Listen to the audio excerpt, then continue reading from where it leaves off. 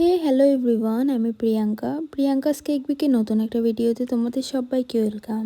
তো তোমরা হয়তো গ্লাস কেকগুলো দেখেই বুঝতে পেরে গেছো আমি কিসের জন্য বানিয়েছিলাম। তো মেলার জন্য যেহেতু বানিয়েছিলাম, তো যে দিনকার আমি ভিডিওটা শেয়ার করছিলাম সেই দিনটা ছিল সানডে।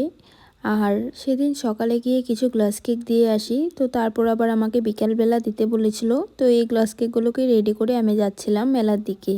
তো এখানে আমার মহারাজ গ্লাস কেকগুলোকে নিয়ে যাচ্ছিল। তো প্রত্যেক দিনই ও বলে যে আমাকে ভিডিও করে দেবে। তো আমি সেদিন বললাম তুমি আগে যাও, আমি ভিডিওগুলো করে দিচ্ছি। তো তারপর আমি এই কেকটা বানিয়েছিলাম। এটা আমার রিপিট ডিজাইন ছিল, যার জন্য আর আমি পুরো ভিডিও করিনি।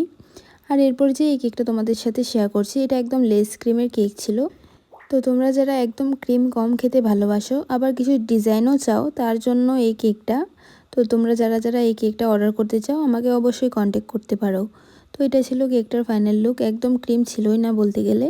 আর এরপরে যে কেকের ডিজাইনটা, এই কেকের ডিজাইনটা আমি আমার থেকেই করেছিলাম। জেল দিয়ে আমি কেকটা করেছি। কেকটা দেখতে বেশ সুন্দরই লাগছিল। তোমাদের কাছে কেমন লাগলো আমাকে একটা কমেন্ট করে অবশ্যই জানিও। আর এরপরে একটা সিম্পল কেক বানিয়েছিলাম। তো এটা ছিল কেকটার ফাইনাল লুক।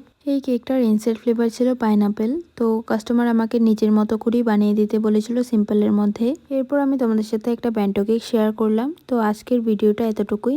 ভিডিওটা ভালো লাগলে অবশ্যই একটা লাইক কমেন্ট শেয়ার করতে একদমই ভুলো না।